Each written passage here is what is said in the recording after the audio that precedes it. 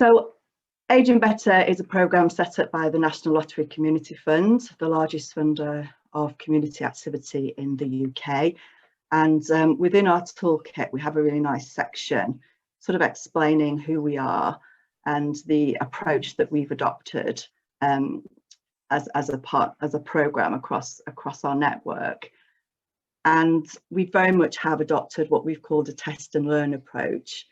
And that involves being very flexible and agile in the way that we work in the services that we develop. So it's been great to sort of have that flexibility and adaptability to try things out and sort of revisit, going back to the beginning if we needed to, or trying different things, and really being able to kind of have that full flexibility across our work. So it means identifying and sharing when things have not gone as planned, as well as recognising successes to ensure that we can continuously learn based on the findings of that.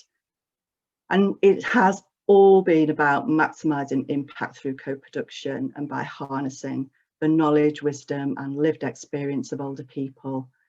Together, we've developed a programme that was relevant and accessible in its approach to reducing loneliness and isolation in later life. And of course, all of our learning is about working with older people and bringing in their lived experience. But all of our learning is transferable across to any sort of sector, community, or group of people that you might be working with in your communities and your services and programmes. And then there's just some lovely sort of images that really kind of bring that to life and what that's meant for people that have been part of our programme. And Aging Better has been all about helping older people lead fulfilling lives through being better connected to their communities. And this just shows a few of the different activities, projects.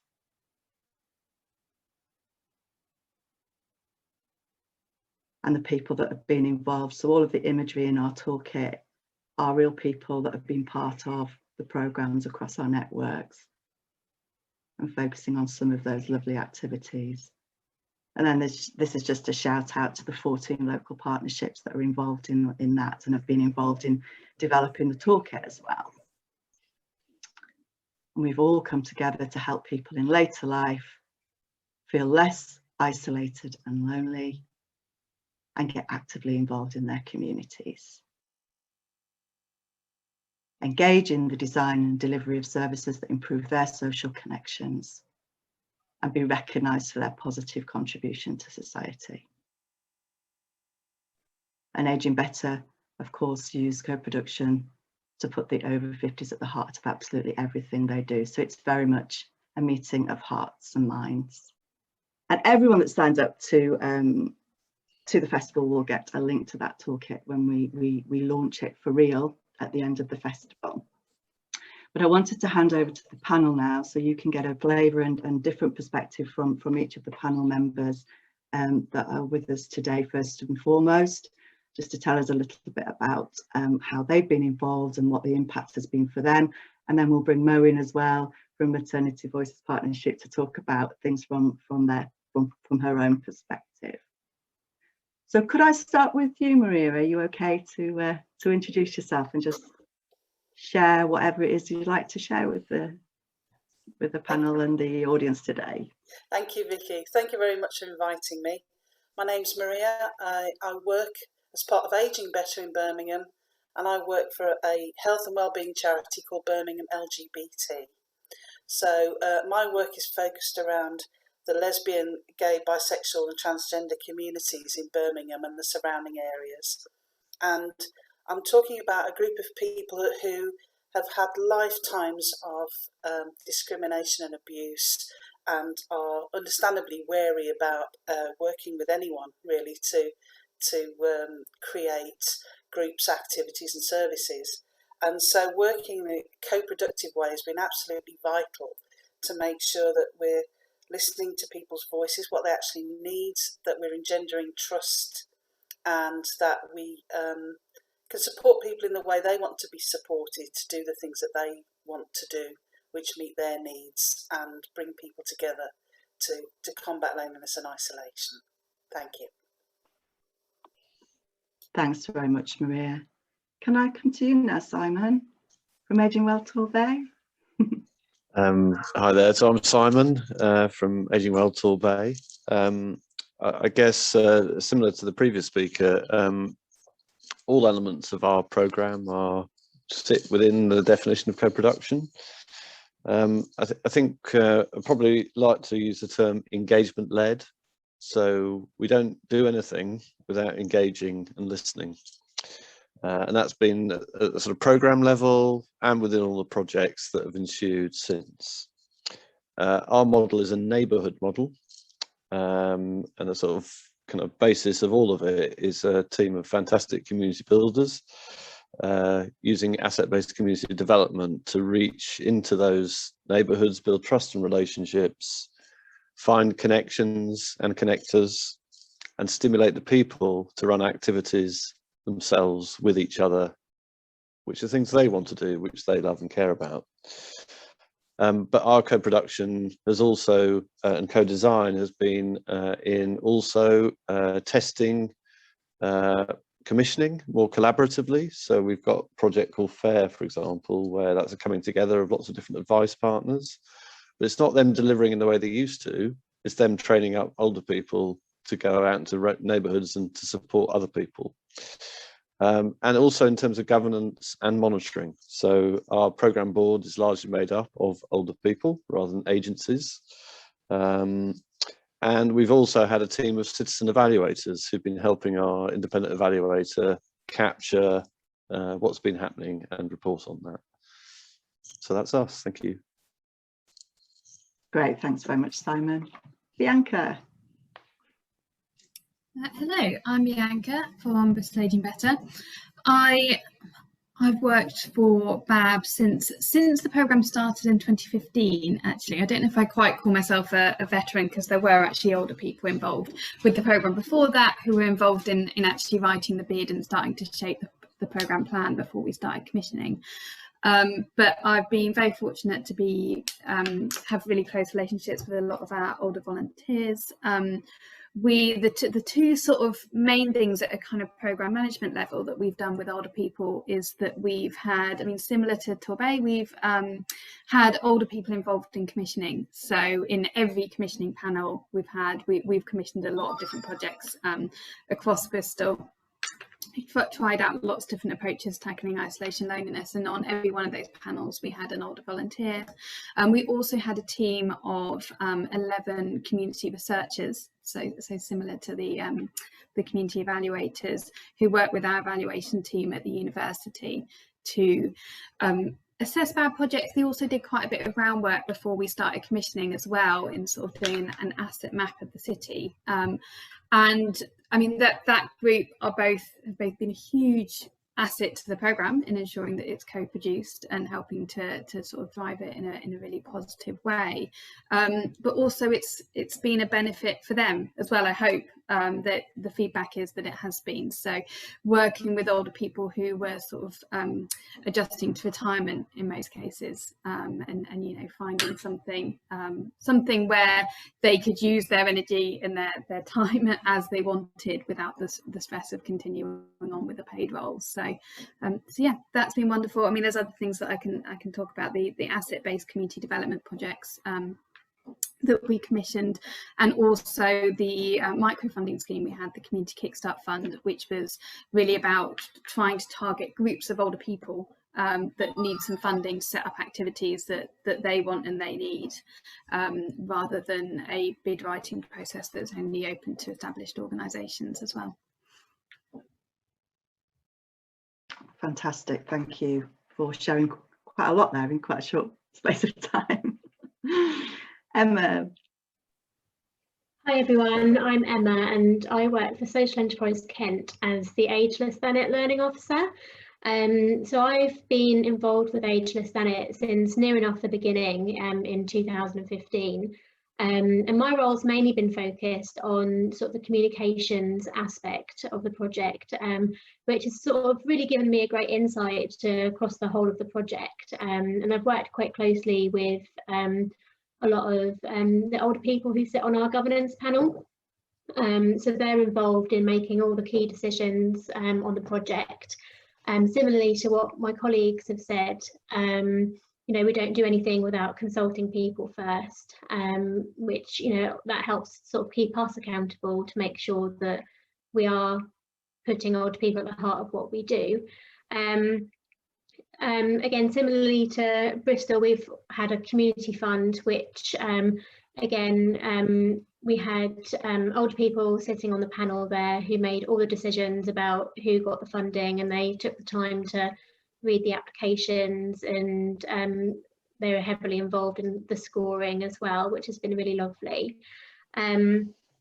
I think for us, the biggest impact has been the trust that CoProduction has enabled us to build with the 50+ community, because, you know, we listen to them, and because they feel heard, that's sort of really helped them to feel valued.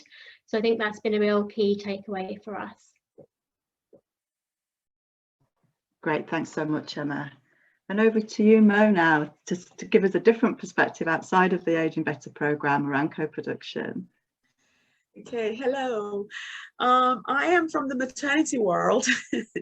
In England, every trust technically should have what they call a maternity voices partnership. And these are co-production forums that bring together commissioners of services, providers, as well as a service user representation. And it's great because you pretty much have all the stakeholders, an opportunity for all the stakeholders to come together and work on maternity developments and improvements.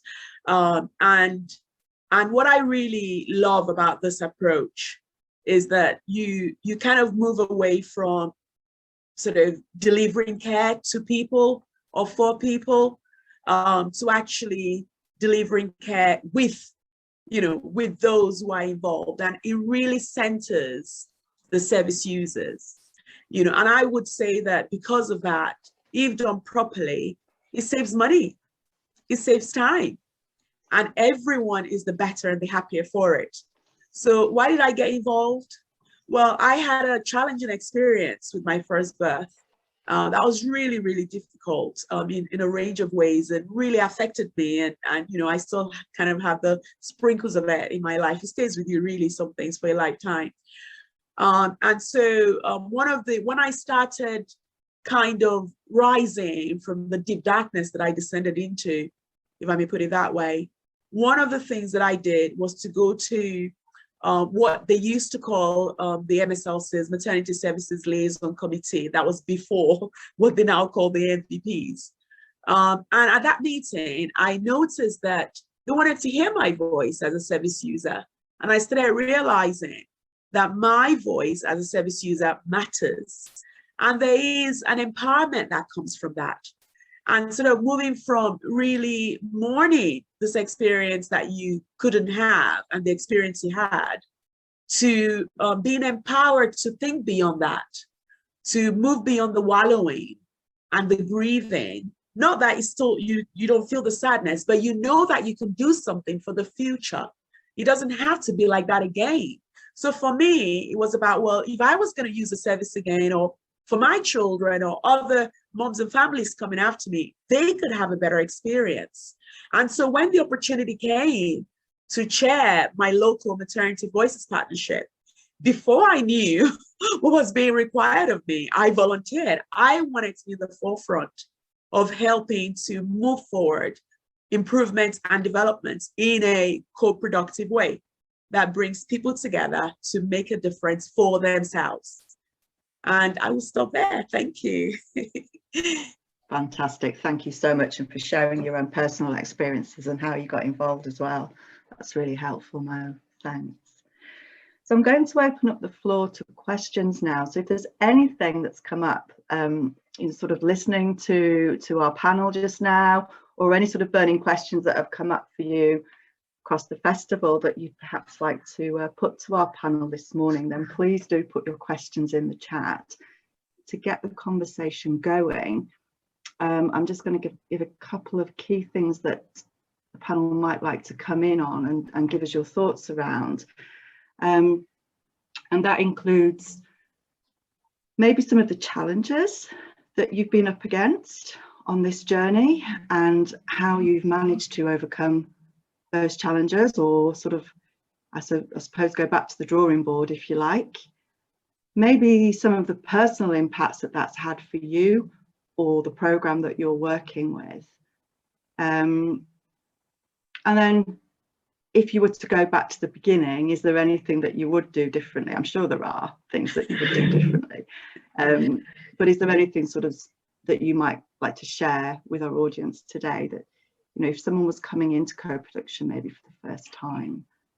So there's a few different things there that you might want to come in on and just share your thoughts around. Maria.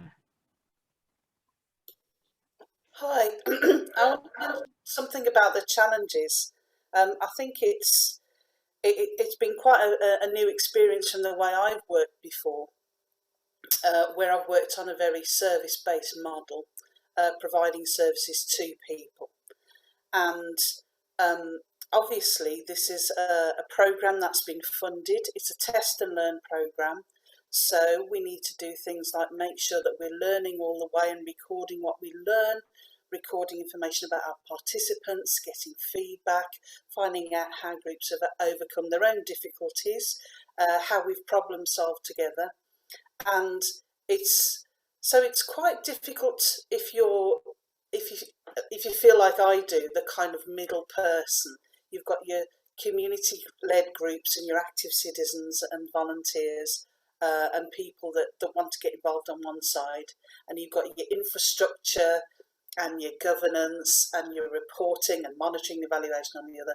You have to be the person in the middle that makes sure that people feel like you're working with them and not sort of dictating to them, and at the same time in a way that you can provide the information, the learning, the stats, the monitoring that is required, because otherwise you won't have any legacy coming out of this. You won't have any learning that we can use to create new things like this co-production toolkit. And it's difficult.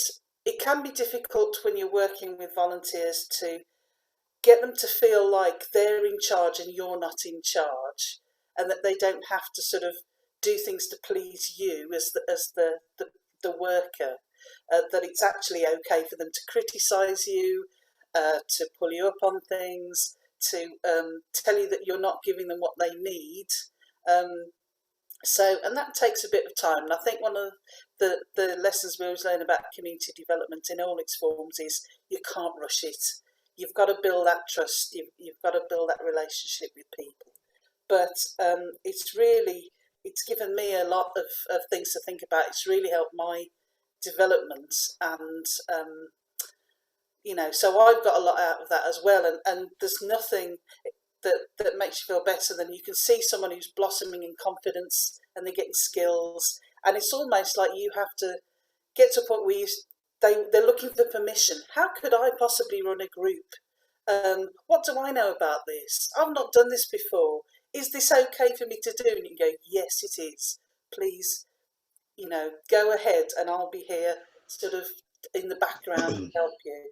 So that's my experience. So it's been challenging, but it's also been really rewarding as well. Thanks.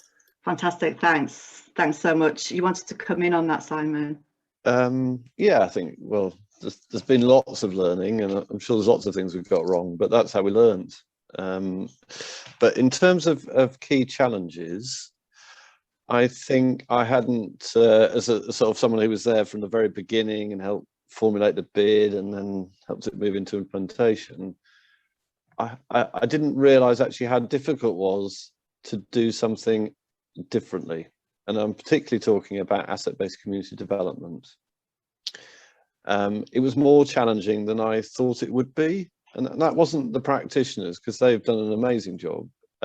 It was the way it was perceived by everyone else, because it's such a different philosophy and way of working. We're not providing things to people, we're enabling people to do things for each other. And everyone around us in service land kind of looked at it a bit sort of skewy-eyed and, where's the intervention, But also, I think the other observation is that actually quite a lot of the established voluntary and community sector also looked at it and felt a bit threatened by it. you know, well, we do things for people. And there's these community builders enabling people to do stuff for themselves. Well, hold on, what's going on? So I think there's an interesting observation there about the way in which also our own sector of community and voluntary has evolved over time to become mini public sector, actually, just the way that the funding and things have worked. In terms of doing things differently, I think we all have a collective challenge around how we capture learning, data, evaluation in the social space. A lot of the evaluation techniques that are used currently require an independent or objective evaluator. They may require the use of quite lengthy questionnaires, for example, in our case. And when you're working in a much more organic, community-based way, it's very difficult to use the concept of start and finish, you know, and an impact between start and finish. So I think I probably would have done more, or we would have done more around maybe using concepts like developmental evaluation, where you sort of walk along beside as an integral part of the team, looking at contribution rather than attribution. And then the final comment I thought I'd just make is around commissioning. So I think the other bit of learning for Aging Better is that, so the requirement was for us to commission. That was the kind of rules set out by the National Lottery Fund, Community Fund. I've been a commissioner in the past in the public sector, and I'm not a fan of commissioning, actually. So I think there's quite a lot coming out in learning and thought process around the linear nature of commissioning. And actually commissioning processes aren't actually sophisticated enough in all sectors. So I think if I was doing something differently and I had the flexibility, I would try and do more. I think we did do it. We did co-design. We ended up with collaborative projects, but actually I think I'd want to do more of that. So that's what I'd do differently, I think. Great, thank you for sharing all of that, Simon. And I'm just conscious that we've got a few questions that have come in from the audience. So I wanted to make sure that we've got plenty of space to answer those. And then I may come back to this in a moment, if that's okay. So we've got a question sort of, I guess, linked to some of the things that you were mentioning there or touching on, Simon. So there's curiosity about how the co-production programme, so I guess the Aging Better programme, got off the ground 6 years ago. Yes, it did begin with the funding stream, obviously the National Lottery Community Fund. And Jim's asking, did you form a backbone organisation that then recruited the now 14 Aging Better programmes? And what is your policy, hierarchy, etc.? Do you want me to respond to that one, Vicky? Yeah, please do. So it didn't quite happen like that, Jim. The National Lottery identified 100 areas. 100 areas initially pitched based on desktop analysis of demography and so on. They were whittled down to 32 areas by the lottery. 32 areas then made the second pitch, and 14 areas were selected by the lottery. Each area had to pull together a partnership led by a voluntary sector lead and pitch its proposals of how it was going to use innovative practice to tackle social isolation and loneliness.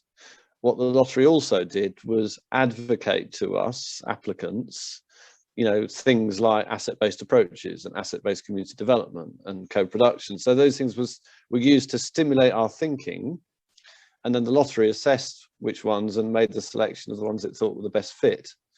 Each area had to have its own kind of program board or governance arrangements to make that clear to the lottery as part of the bid, and they're probably all completely different. So I don't know whether that's enough of an answer. So the lottery drove all of that, but we were being encouraged to use co-productive thinking within our proposals. Thanks, Simon. And we've also got Claire in the room, actually, from the National Lottery Community Fund. So she might want to add anything to that as well, possibly, or Simon might have said it all. He said it all, and I was just about to write a comment in the chat to say that is an incredibly good memory. All those numbers, I was struggling to remember the numbers myself, and I've been on the programme since about 2013, but no, that was a really good explanation of how we went from the 100 areas down to the 14, and then and how co-production then sits within those 14 areas. So yeah, I don't think I've got anything to add to that. I'm happy to answer questions, but I think Simon did a really good job of explaining all of that then. Thank you. Apologies, Claire. If I'd realised there was some, I would have let you answer the question.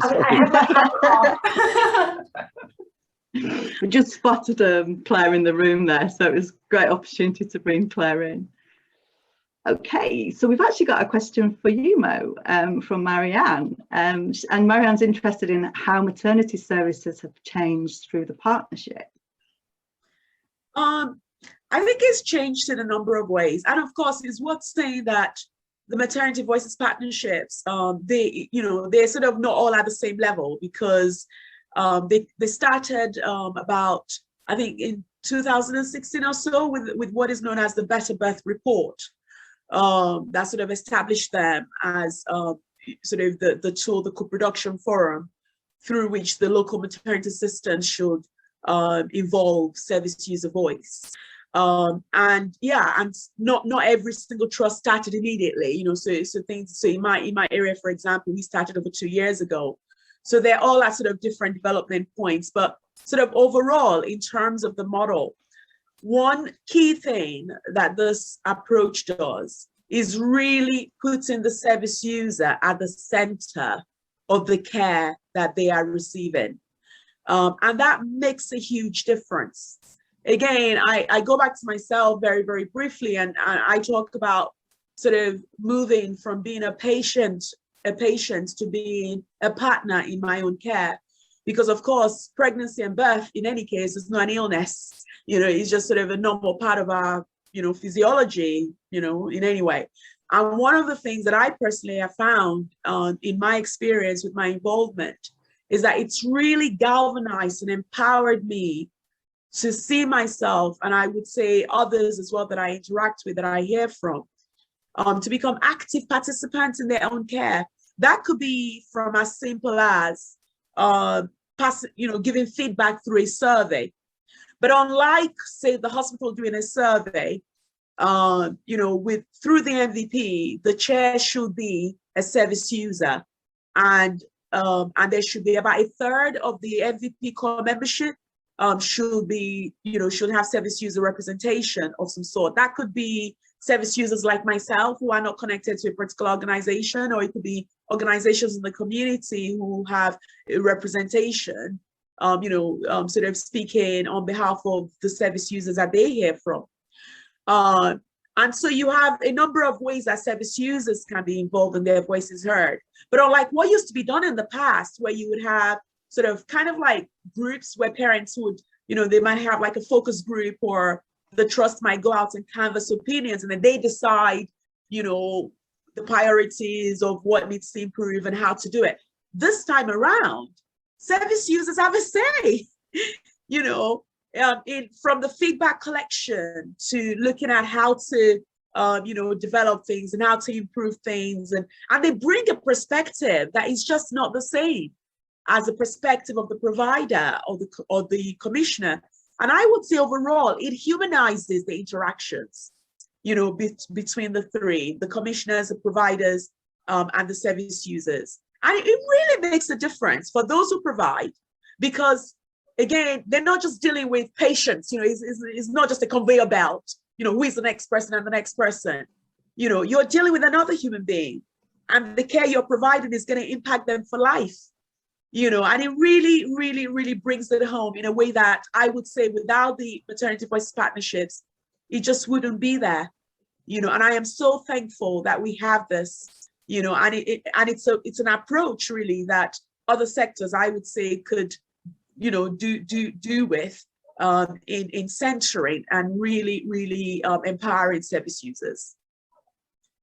I better stop because I could carry on. Thank you. I know when the first time I heard you speak, your passion just comes through, and you certainly do talk the same language as everyone across our programme, and that's great. Thank you so much, Mo, for that. And the whole sort of humanising, and that is just lovely, and that just takes me back to one of the activities we did yesterday with Simon's team around sort of having a human conversation and how that really changes the dynamics with, and setting that up right from the beginning so that the hierarchies just diminish, for sure. Absolutely. Absolutely. It's sort of the whole, if you look at the ladder of engagement, it's kind of going from the doing care to, you know, to somebody, and then, or the care for, oh, we're doing it for you. Like, you know, it's all good, but we're going to make all the decisions. So actually going, no, we're doing it with you because it is about you. So right from the very beginning, you're involved. You have a seat, you have a say. And the big thing, it's equal power, no hierarchy. I love that. So you might be talking to like the head of midwifery or the service user. It's not kind of that way. We're all like this. And we're all working together in the interest of making sure that the service user has the very best outcome in every way. Fantastic. Thank you. There's another question actually that came in from editor, and this is a question to everyone.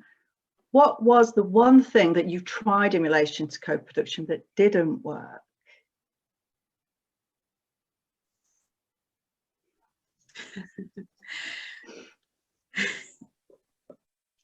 Maria. Oh, sorry, Bianca, I'll start with you if that's okay, because you've not had a chance to come in yet, and then I'll come to Maria. Oh. You all right there, Bianca? Yeah, there you go. My internet's gone a bit dodgy. Can you hear me now? Am I back? You are back. Okay, good. Okay, sorry. I was just going to come in on something that I was going to touch upon earlier, actually. So it's more a challenge than something that kind of, you know, just was a complete write-off. But I mean, we had a real challenge actually with getting diversity or a real representation of the older population of Bristol in our group of community researchers. I mean, as I say, we had 11 absolutely fantastic people and from a different range of backgrounds, in the sense that they were coming into it for sort of different reasons. We had, you know, one who'd actually been, until his retirement, been working abroad for a long time and was new to the city, and it was a really nice way of him kind of getting more involved in sort of city and civic life. But it was a challenge. We didn't have anyone, by then we didn't have anyone from a minority ethnic background, and the same on the commissioning panel actually. I think we had one who had to leave at one point for health reasons. But that's been a challenge. I mean, because Bristol is a diverse city, but it's quite a divided city, quite segregated in a way, and obviously a difficult relationship with its own history.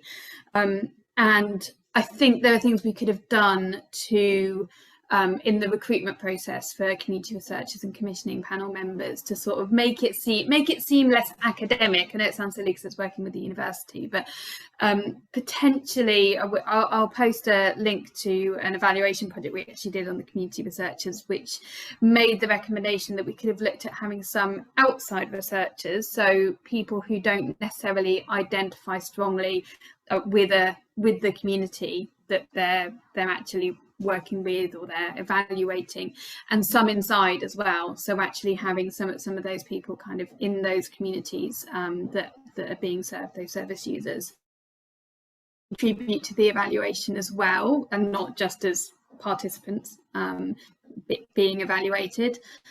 So yeah, that's been a challenge. Actually, we did have a LGBT specific project which did actually recruit a more diverse group of people in terms of ethnicity and in terms of kind of class and cultural background to the steering group. But yeah, that was a challenge and something we'd, you know, definitely like to be able to use our learning to kind of help future co-produced projects in Bristol. Great, thank you, Bianca. You've just broken up a little bit there, so I'm hoping that you managed to say everything that you needed to say. Thanks. I'll hand over to Maria then, who would like to maybe add to that. I'm going to give a bit of a politician's answer here. Actually, there's nothing that didn't work. That didn't mean to say that we tried things that didn't have the outcomes we were expecting, but that's the whole point of co-production is that you've got the freedom to experiment. You can there's a point you can talk and discuss and plan and whatever an activity to the nth degree, and then you can put on the activity, and then things happen that you didn't expect, or people didn't come to it, or they liked the bit you didn't think they'd like, and they didn't like the bit you thought they would like, and that's the whole point. So you take that, and then next time you have that in your discussions. I think it's the only way to find out what actually is going to work. And I think the things where we've taken too long over the discussion, not long over the let's just get on and do it and see what happens, those are the only bits where I think that you could have said didn't really work. It's not about, there was nothing wrong with the co-production model. It was just that if you have such fixed expectations of something, you might be surprised. That's it. Yeah, great answer there. Thank you so much. Emma? I totally agree with what Maria said. I mean, and I think that's been the huge benefit of the test and learn approach, has enabled us to reflect on things and then change them. I think a challenge for us though has been about managing people's expectations. So, you know, co-production is an amazing thing, and I think sometimes it can come across that, you know, if you say you want this, we're going to do it. Whereas, so it's kind of trying to get that balance of, you know, still wanting people to express their voices and be heard, but also carefully sort of say, well, that there are going to be sort of some parameters that we can only sort of go to. I mean, I know a challenge for us with that has been with our wellbeing activities. So, you know, people said, you know, this is where we want the wellbeing activities to be. This is the sort of activity we want you to put on. And this is when we want you to put them on. And the majority of people wanted activities during the day. But obviously we still wanted to be able to cater for people who potentially worked sort of traditional 9 to 5 hours. And yeah, quite rightly, those people sort of came out and said, oh, we want more activities of an evening or a weekend. But you know, when we heard what they wanted and we put them on, people didn't attend. So it's one of those things, trying to get that tricky balance of, you know, people say, well, we want activities of an evening or a weekend, but you know, we can't do them to the same scale as the ones where people come during the week and we get the numbers so the activities are viable. So it's sort of trying to get that balance and sort of explain to people this might be why that there are, you know, only a handful of activities of an evening or a weekend. So it has been really tricky trying to get that balance. Thanks, Emma. And I suppose, you know, talking there about transparency as well, and that whole open communication around everything that's brought to the table. Simon, I've seen your hands. I've noticed you want to come in and add some. Yeah, thanks, Vicky. I suppose I just wanted to stimulate a reflection about what is co-production, because I think I would distinguish between co-design and co-production. So in my head, co-production is where the people are involved in the delivery of whatever it is, whereas co-design is what some people have referred to, where the people have been involved in designing what it is that might take place, but not involved in delivering it. And I think I just want to sort of say that I suppose in our approach, we're very much focused on the people being the contributors. They're not having things delivered to them, although there are elements of that happening. It's them doing things themselves or in partnership with agencies or organisations. And I think our biggest learning in Torbay, and particularly in relation to you know, asset-based community development, is when you give people the opportunity to deliver, that brings their sense of value and purpose. That is the game changer. You know, so I think that as a movement, because I think we probably all believe in the concepts, as a movement, how do we get to that place where we see the people as the valued contributors? And I do wonder, and I'm not sorry if I'm too challenging here, but we have terminology, don't we? So language is really important. So I've heard, you know, we start to give ourselves labels: service user, patient, client, customer, I could go on. We've tried to get away from that, and we just refer to people. We're all people, wherever we are in it, whether we're in an agency or an individual living in a place, we're all people. And I think that I really like Mo's comment about humanizing, because I think that's where hopefully commissioning processes are going. There's some interesting work from Collaborate CIC, who talk about human learning systems, for example. We're doing some of that work in Toolbay now, and it's partly linked to legacy, because we've been feeding some of our learning about collaborative commissioning to our colleagues in the public sector. Anyway, sorry, that was a bit of a rant. I'll stop there.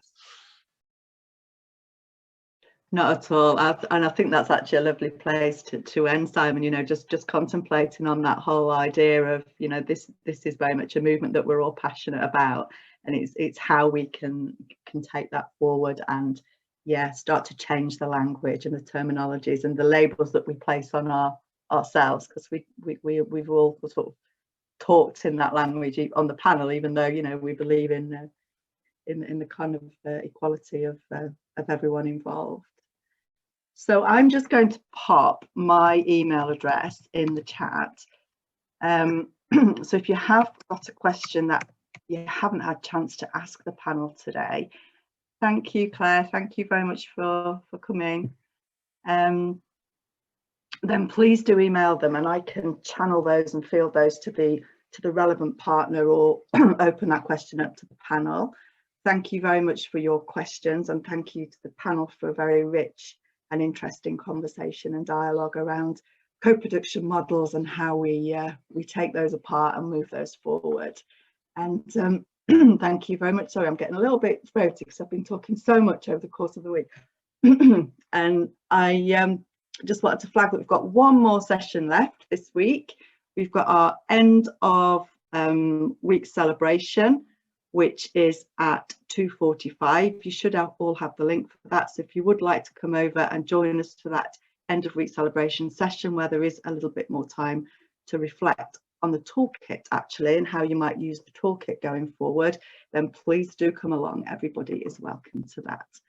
And maybe we'll see you next week for some of the sessions across week 3 of the festival. Thank you.